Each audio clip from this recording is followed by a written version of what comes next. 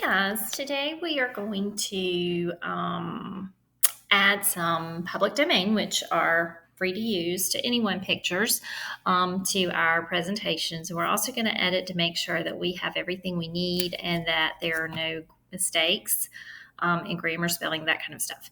So you've really done the hard part with all of the information. If you have not finished getting the information on your slides, you need to do that first. And you'll have to go back and look at lessons 4 through 7 to see which slides you need. But if you've made it to today's lesson, which is lesson 8, then you've got all your information. And today's kind of a fun day because you really get to find pictures to jazz up your presentation. So you'll notice at the bottom, I have attached the research tools. And in that are the websites to the public domain pictures. So if you go there, remember the first page was all of the search tools for information, but the second page has sites. And then if you ever needed free sounds, there were some sites for those. But Wikipedia is here, not for an information source, but to use for pictures. Most of Wikipedia is public domain, not all, but I'll show you how to double check. Pexels, everything on Pexels is free. So anything you find there, as long as you give them credit, you're good. Same thing for Pix for Learning and Classroom Clip Art. Wikimedia is just like a subdivision of Wikipedia, so it works the same way. So I'm going to open up my sample slides. And you'll see that they are blank other than the titles. And I didn't do a category like you all did. I just did a hodgepodge of what each of you may have. But I want you to insert one picture, maybe two per slide, other than the very last slide, which is your works cited page. So let's say for my sample page, or my first page, I'm checking to make sure everything's capitalized. It needs a name. So I'm editing as I go as well. You would put your name, of course. Now I want to insert a picture, so I'm going to go to these research tools, and I'm going to use Wikipedia first. Maybe not. I think I'm going to use Pexels. So when I go to Pexels, and it may be blocked, and if it is, I'm sorry, but if it's not, it's fabulous. I'm just going to type in China,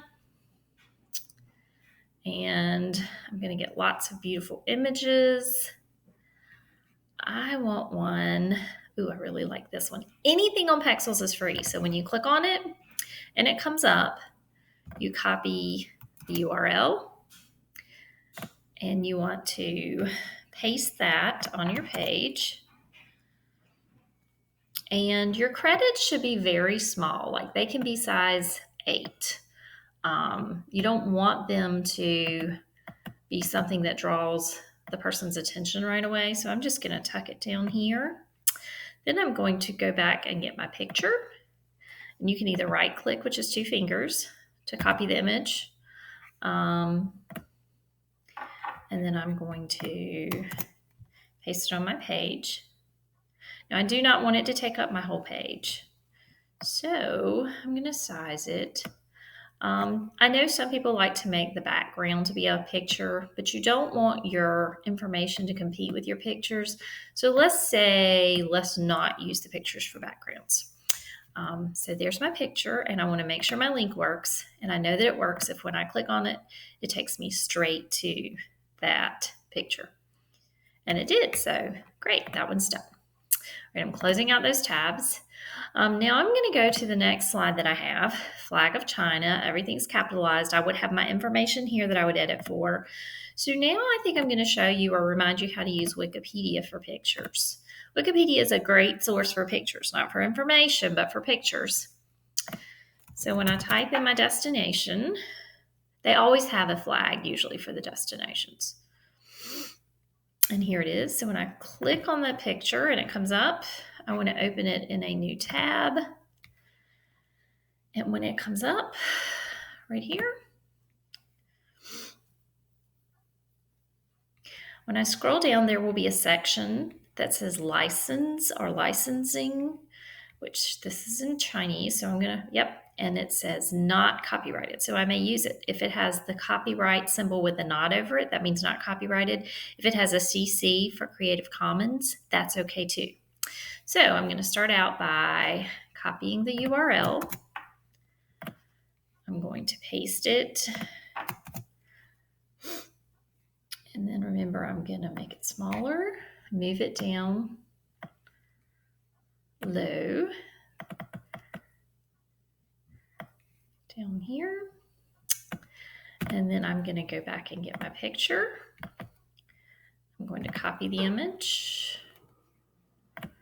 And then I'm going to paste it and put it right here. And it's exactly where I want it.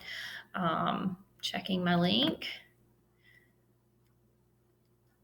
And it should take me, bingo, right back there. So now I can close those links that I've used. Done with Wikipedia. All right, so my next slide. Let's say that I decide to go to museums and landmarks, and I want to do the Shanghai Museum. I'm going to show you how to use Google Images. It's pretty easy, but not all Google Images are free. So you go to Insert, Image, search the web, and I'm going to type in there Shanghai Museum. And a lot of options are going to come up.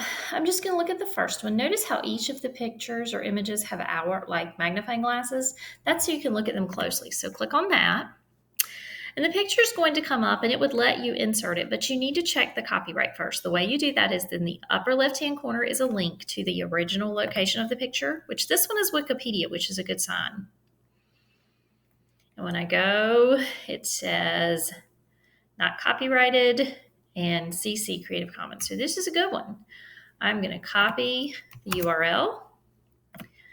I'm going to, this lets you from Google go ahead and insert the picture, which is nice. Insert the picture and put it on the side where it goes. Now there would be information there as well, so I left that space there. And now I'm going to draw a tiny text box under it to put that URL in.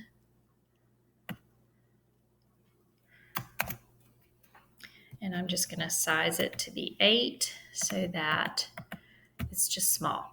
Okay, so I would go through and I would insert pictures of other things. If you were looking for historical sites, you would look for the Great Wall of China. Like I said, you can use pictures from the sites on the Watson Research Tools. You may use Google, but you've got to be careful that the images you select are public domain. So let me see if I can find one that we're not sure about. This one's Wikimedia, so it's probably okay. Let me scroll down. Let's try this one. Okay, this one is from Peak Pics. I'm going to click on it.